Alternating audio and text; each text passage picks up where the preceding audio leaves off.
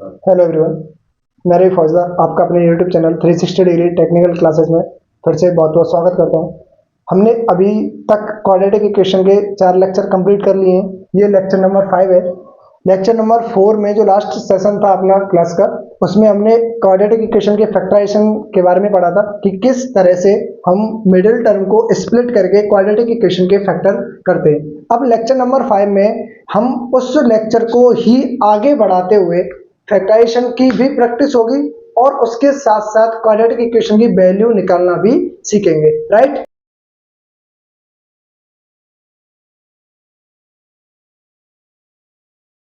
चलो अपने lecture continue करते हैं। क्वेश्चन नंबर फर्स्ट हम लेफ्ट साइड से स्टार्ट करते हैं। क्वेश्चन नंबर फर्स्ट को सबसे पहले सॉल्व करना है। ध्यान से देखना, ये इक्वेशन आपको लग रही होगी कि क्वाड्रेटिक इक्वेशन नहीं है, जबकि ये एक क्वाड्रेटिक इक्वेशन है, तभी हमने इस सीरीज में इस क्वेश्चन को इंक्लूड करा है। ध्यान से देखना, ये दो ब्रैकेट्स हैं, इन दोनों ब्रैकेट्स को जब हम सॉल्व करेंगे तभी क्वाड्रेटिक इक्वेशन निकल के आएगी। ध्यान से देखो, ये जो इक्वेशन लिखी हुई है ना, ये ही एक क्वाड्रेटिक इक्वेशन के फैक्टर हैं ऑलरेडी।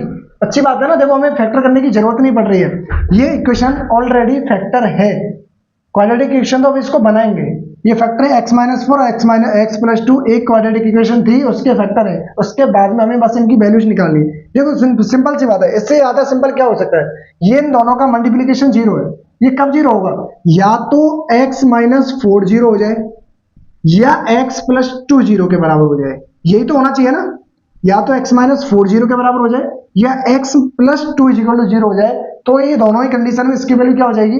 0 हो जाएगी। अगर मैं x-4 को 0 करता हूं तो यहां से x की वैल्यू 4 आ जाएगी, और यहां से x+2 0 करता हूं तो यहां से x की वैल्यू -2 आ जाएगी। ध्यान से देखना, यहां पर हमें फैक्टर करने की जरूरत नहीं पड़ी है और हमसे इक्वेशन की वैल्यू भी पूछ रहा है, तो फैक्टर हमने करे नहीं है। फैक्टर ऑलरेडी इक्वेशन है, ये हमने उसकी वैल्यू फाइंड कर दी है। Question number second, simple question है, आसान क्वेश्चन है, आपको अच्छा लगेगा। धीरे धीरे जब भी हम आगे बढ़ेंगे लेवल वाइज हम चलते रहेंगे।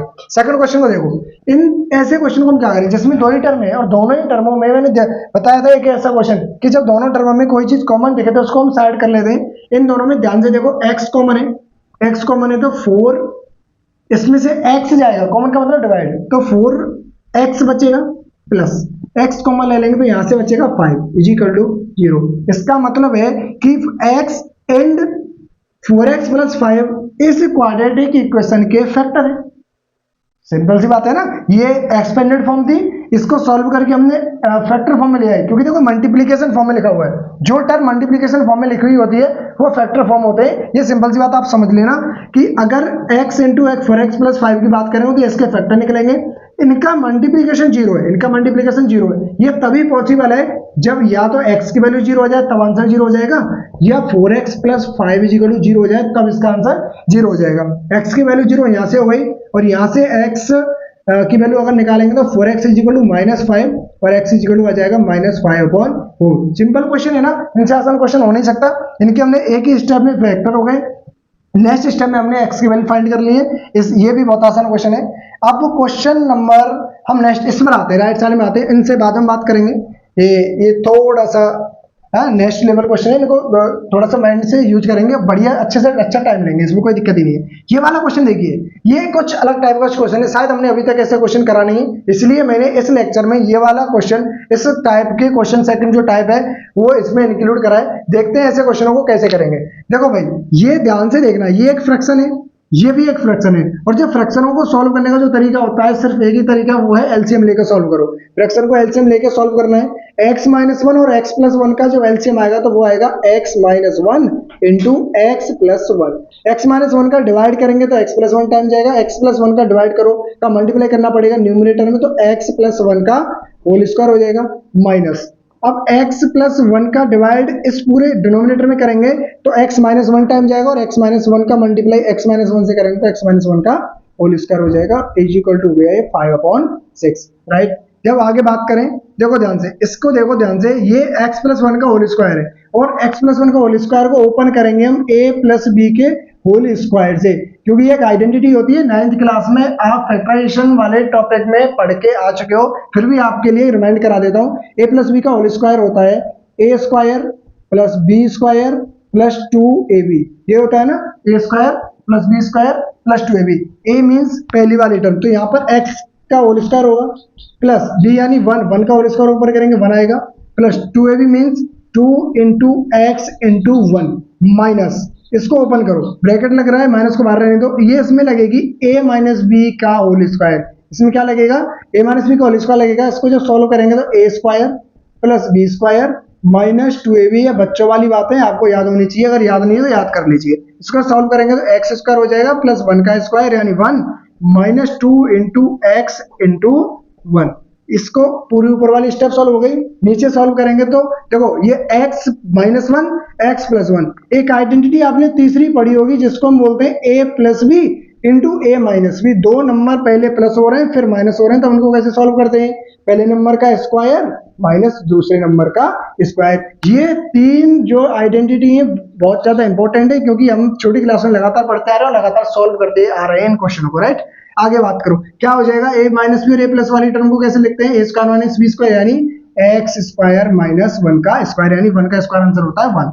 आगे सॉल्व करो, ये हो जाएगा एक्स स्क्वायर का x square plus 1 plus 2x, इसको सॉल्व करेंगे तो 2x माइनस अंदर ब्रैकेट के अंदर माइनस को लेके जाओ तो माइनस का हो जाएगा एक्स स्क्वायर, माइनस का हो जाएगा 1 और प्लस का हो जाएगा 2x, राइट।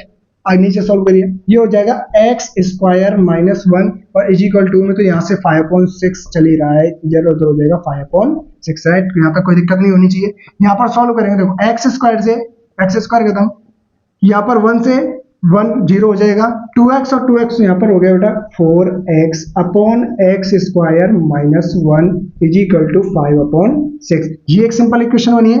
अभी ये सॉल्व नहीं हुई है, अभी हम क्या करेंगे, ऐसे क्वेश्चन होने जब हम क्या करते हैं राइट साइड में और लेफ्ट साइड में एक इक्वल के जब दो फ्रैक्शन होती है तो उनको सॉल्व करते हैं, ऐसे क्वेश्चनों को सॉल्व करते हैं बेटा क्रॉस मल्टीप्लिकेशन से, यानी इस तरह से मल्टीप्लाई करेंगे न्यूमरेटर का डिनोमिनेटर से और नीचे इसके डिनोमिनेटर का न्यूमरेटर से। तो 4x का मल्टीप्लाई 6 से करेंगे तो 24x, अब 5 का मल्टीप्लाई अंदर करना है इसके अंदर मल्टीप्लाई करेंगे तो 5 का करेंगे एक्स स्क्वायर से तो 5x स्क्वायर, 5 का मल्टीप्लाई 1 से करेंगे माइनस 1 से तो माइनस के 5। अब इनको सभी स्टेप्स को एक साइड में ले आओ और एक साइड में क्या हो जाएगा 0 हो जाएगा। आगे इसको सॉल्व करेंगे तो क्या करेंगे, देखो 5x स्क्वायर को अच्छा एक काम करो 24x को उधर ले जाओ तो 5x स्क्वायर तो उधर ही पहले से और 24x उधर जाएगा तो 24x माइनस का हो जाएगा और माइनस का 5 ऑलरेडी वहां पर है। ये पहली बात तो अभी तुम्हारी बनी है क्वाड्रेटिक इक्वेशन, ये क्या बनी है, ये भी क्वाड्रेटिक इक्वेशन बनी है क्योंकि यहां पर तो एक एक्सप्रेशन दिया हुआ था, उसको सॉल्व करके बेसिक कैलकुलेशन यूज करिए, आइडेंटिटी यूज करिए हमने, उसके बाद में आपकी क्वाड्रेटिक इक्वेशन क्रिएट हुई है। उसके बाद अभी इसके फैक्टराइजेशन करने, ध्यान से समझना, पेशेंस के साथ समझना, ये क्वेश्चन आपको फंसा सकते हैं, राइट।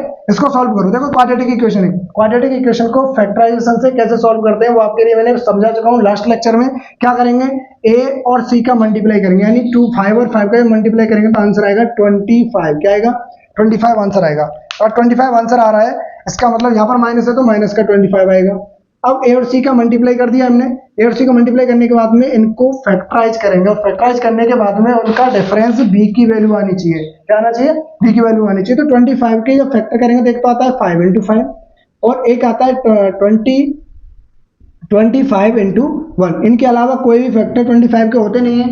5 और 5 का डिफरेंस निकालेंगे तो 24 आने वाला है नहीं, 25 और 1 का रिलेशन देखेंगे तो पता चलेगा 24 आ जाएगा। कैसे लिखेंगे, यहाँ पर लिखेंगे 5x स्क्वायर माइनस का 24 चाहिए, इसका मतलब माइनस 25x प्लस का x माइनस 5, इतना करेंगे। सेकंड स्टेप में क्या करेंगे, इनका पेयर बनाएंगे, इनके पेयर बनाते ही हम क्या कर सकते हैं, इनमें से कॉमन लेंगे, 5x दोनों में से कॉमन आ रहा है, यहाँ से x बचेगा, यहाँ से 5 बचेगा, यहाँ से 1 कॉमन आ रहा है, ये x माइनस के 5 हो जाएगा। अब इसके बाद में ये जो इज इक्वल टू हो जाएगा 0। अब यहाँ पर ये जो कॉमन आया है, पहले उस कॉमन जो सेम टर्म है उसको उठाइए, x माइनस 5, और यहाँ पर जो ब्रैकेट्स में कॉमन लिया था बाहर उनको एक ब्रैकेट के अंदर ले लीजिए, 5x प्लस 1, ये तुम्हारे पहले तो फैक्टर बने, ये है factor of this equation, x minus 5 and 5x plus 1 ऐसे इक्वेशन के तुम्हारे क्या है, फैक्टर है। अब आगे इनकी वैल्यू फाइंड करनी है, हमें क्या वैल्यू फाइंड करनी है, नीचे जो इक्वेशन आई है इनकी वैल्यू फाइंड करनी है। अभी हमारा क्वेश्चन खत्म नहीं हुआ है, मैं इसको रख कर रहा हूँ, मेरे पास थोड़ा स्पेस की प्रॉब्लम है। अब यहाँ आगे चल के मैं इस इक्वेशन को सॉल्व कर रहा हूँ, यहाँ चल के तो हमें क्या करना है, एक चीज देखिए आप ध्यान से, मैंने यहाँ पर भी कराया था कि यहाँ जब फैक्टर हो गए थे तो इनका आंसर 0 कब आएगा, जब दोनों ही स्टेप 0 के बराबर हो जाएंगे। सेम कंडीशन यहाँ पर करेंगे, पहले तो x माइनस 5 को 0 के बराबर करेंगे और उसके बाद में 5x plus 1 is equal to 0। यहाँ से x की वैल्यू 5 आ जाएगी और यहाँ से x की वैल्यू माइनस 1/5 हो जाएगी, यानी 5 और माइनस 1/5 इस इक्वेशन के या इस इक्वेशन के रूट बोल सकते हो, जीरोज बोल सकते हो, सॉल्यूशन बोल सकते हो, वैल्यू बोल सकते हो, जो आपकी इच्छा हो वो आप बोल सकते हो, राइट। उसके बाद में हम क्वेश्चंस की बात करेंगे जो तुम्हारे सामने ये लिखे हुए हैं। यहाँ पर तुम्हारे पास कोई भी न्यूमेरिकल वैल्यू दी हुई नहीं है, इस क्वेश्चन में भी कोई न्यूमेरिकल वैल्यू नहीं। न्यूमेरिकल वैल्यू का काम कर रहे हैं यहाँ पर A B and C, numerical value का काम कर रहे हैं ए बी एंड सी। देखो बेटा अभी सुबह के 5:30 बजे हुए हैं, तो बेटा सुबह के 5:53 हो रहे हैं और क्लास लेते लेते पूरी रात निकल चुकी है और लगातार हम क्लास ले ही रहे हैं। बॉडी परेशान कर रही है, माइंड भी थोड़ा सा इस टाइम काम करना बंद कर रहा है। अब बस आपसे ये रिक्वेस्ट है कि जितनी भी हम मेहनत कर रहे हैं आप लोगों के लिए कर रहे हैं, कोशिश कर रहे हैं हम कि हम ज़्यादा से ज़्यादा बच्चों तक पहुंच सकें। ये हमारी जो मेहनत है वो ज़्यादा से ज़्यादा बच्चे इसका फ़ायदा उठा सकें। आप इतनी हेल्प कर सकते हो कि आपके पास जितने भी आपके फ्रेंड्स हैं, आपके रिलेटिव्स हैं, आप उन बच्चों तक ज़्यादा से ज़्यादा पहुँचाएँ और उनका हमारे इसलिए कॉन्टैक्ट उन तक पहुँचे और वो भी इस चीज़ का फ़ायदा उठा सकें। चलिए आप आगे कंटिन्यू करते हैं। हम इन क्वेश्चंस की बात करें, इन क्वेश्चन की जब हम बात करेंगे तो ध्यान से देखना, ये क्वेश्चन देखने में लग रहे हैं बहुत ज़्यादा डिफिकल्ट, लेकिन बहुत आसानी से हो जाएंगे अगर आप स्टेप बाय स्टेप इन क्वेश्चनों को देखोगे, राइट। ध्यान से देखना, हमें कुछ नहीं करना, ये x² लिख रहा है, यहाँ पर x है और ये कंप्लीटली कांस्टेंट टर्म है, यानी इसके साथ जो है वो a की वैल्यू है, इसके साथ जो बचा हुआ है वो b की वैल्यू है, c की value, completely pure quadratic equation है, राइट।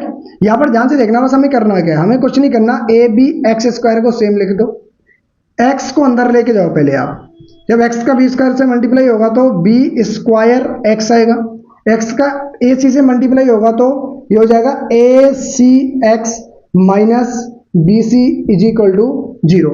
ध्यान से देखना, मैंने कुछ नहीं करा है, सिंपल x का अंदर मल्टीप्लाई करा है, b² से किया तो b²x और माइनस ac से किया तो माइनस acx। नेक्स्ट टर्म मैंने क्या बताई थी आपको कुछ नहीं करना है, आपको कॉमन लेना है, आपको पेयर बनाना है और कॉमन लेना है, पेयर बनाना है कॉमन लेना है। पेयर बनाएंगे जब हम, उसके बाद में कॉमन लेंगे। देखो इन दोनों में से क्या कॉमन आ रहा है, bx इसके अंदर भी है, bx इसके अंदर भी है, तो bx कॉमन ले लो।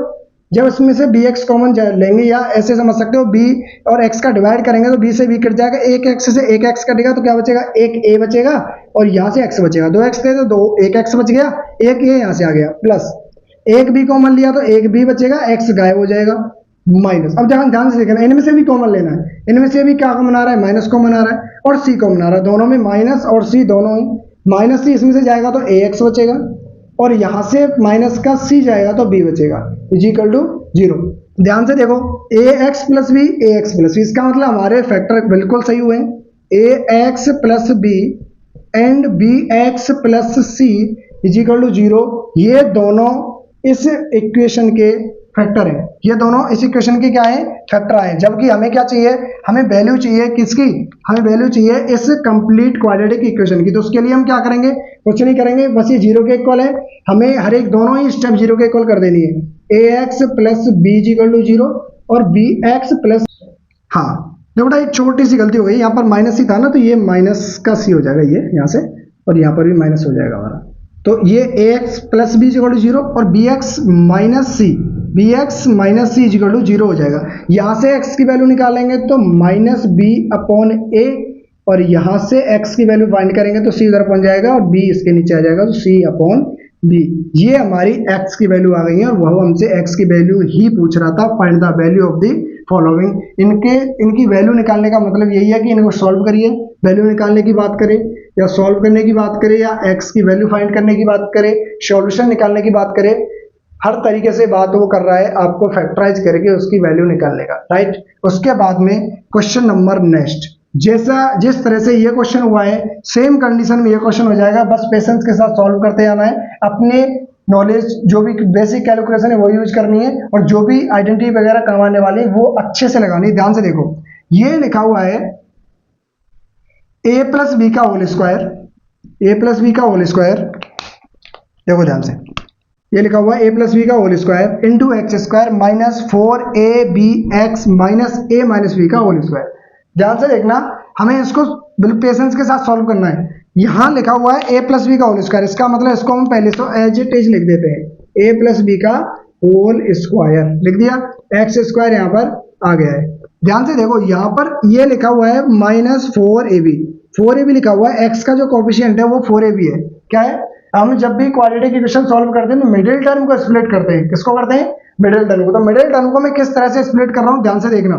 ये जो 4ab है इसकी जगह पर क्या मैं ऐसा, अच्छा एक चीज देखो, दोनों के अंदर माइनस कॉमन है, पहले से ही इसमें ना आप माइनस कॉमन ले लीजिए। जब माइनस कॉमन लेंगे तो ये 4ab और a माइनस बी का होल स्क्वायर इसमें पॉजिटिव हो जाएगा, पहले लिख दीजिए 4ab और यहाँ पर बचेगा x और ये हो जाएगा माइनस की जगह प्लस और a माइनस बी का होल स्क्वायर। नेक्स्ट स्टेप में इसको सॉल्व करना है, ये हो जाएगा a प्लस बी का whole square X square minus, ध्यान से देखना ये जो टर्म है ना इसके साथ x के साथ, ये x के साथ जो टर्म है 4ab, ये हमें कहाँ से मिलती है? ये हमें आइडेंटिटी यूज करके मिलती है। देखो कैसे मिलेगी, मैं सॉल्व करके बताऊँ आपके लिए। अगर मैं ऐसा कर दूं कि a प्लस बी का होल स्क्वायर और a माइनस बी का होल स्क्वायर, इसको मैं अगर डिफरेंस निकाल दूं इनका तो हमारा 4ab आएगा। देखो ध्यान से, वहां पर देखिए, ध्यान से देखना, यहाँ पर लिखा हुआ a प्लस बी का होल स्क्वायर, यहाँ लिख देंगे a square plus B square plus 2ab और a माइनस बी का होल स्क्वायर है a square plus B square minus 2ab। इन दोनों का जब हम डिफरेंस निकालेंगे तो देखो ये इनके साइन चेंज हो जाएंगे। बंद करना होगी कोई, ओके। तो बेटा जो 4ab है ना, 4ab की जगह पर ये लिख सकते हैं a प्लस बी का whole square minus a minus B का होल स्क्वायर। जब इन दोनों आइडेंटिटीज को जब हम ओपन करेंगे ना तो 4ab आएगा हमारे पास में। सॉल्व करके देखना, आइडेंटिटी आपके लिए मैं पहले बता ही चुका हूँ, वहाँ कॉर्नर में दोनों को डालना। जब हम सॉल्व करेंगे तो ये स्टेप आ जाएगी। उसके बाद में x लगा हुआ है, दोनों के मल्टीप्लाई फिर हमने x लिख दिया है क्योंकि 4ab के साथ में x है। इसको सॉल्व करेंगे 4ab आएगा तो यहाँ पर x का मल्टीप्लाई हो जाएगा प्लस a माइनस बी का होल स्क्वायर ऑलरेडी पहले से है, राइट। अब इसको कर देते हैं हम कर्ली ब्रैकेट के अंदर क्योंकि ये बिल्कुल सेपरेट स्टेप हो गए, इक्वल टू 0। अब क्या करना है, इसको ओपन करना है, ठीक है। इसको ओपन करना है a प्लस बी का whole square into X square, अंदर से ओपन करो, माइनस a प्लस बी का होल स्क्वायर और x मल्टीप्लाई में है, ऐसे ही माइनस अंदर जाएगा तो पॉजिटिव हो जाएगा, फिर a माइनस बी का होल स्क्वायर और ये a है बेटा 9 नहीं है, a माइनस बी का होल स्क्वायर और फिर मल्टीप्लाई में x आएगा प्लस a माइनस बी का होल स्क्वायर बाहर है इक्वल टू 0, ठीक है। इसके बाद में देखिए आप ध्यान से, यहाँ पर इन दोनों के अंदर, इन दोनों में क्या है, देखो यहाँ तुम्हारा हो गया ये प्लस है, यहाँ पहले से माइनस है, इस माइनस को जब यहाँ पर लेके गए तो ये भी हमारा माइनस का हो गया, ठीक है। ये माइनस का है, प्लस का नहीं है, क्योंकि ये पूरे ब्रैकेट के अंदर बाहर माइनस है तो इसको भी किसमें चेंज कर देगा, ये माइनस का हो जाएगा प्लस को। अब इसको ध्यान से देखो, यहाँ पर x, यहाँ पर x और ये स्टेप है।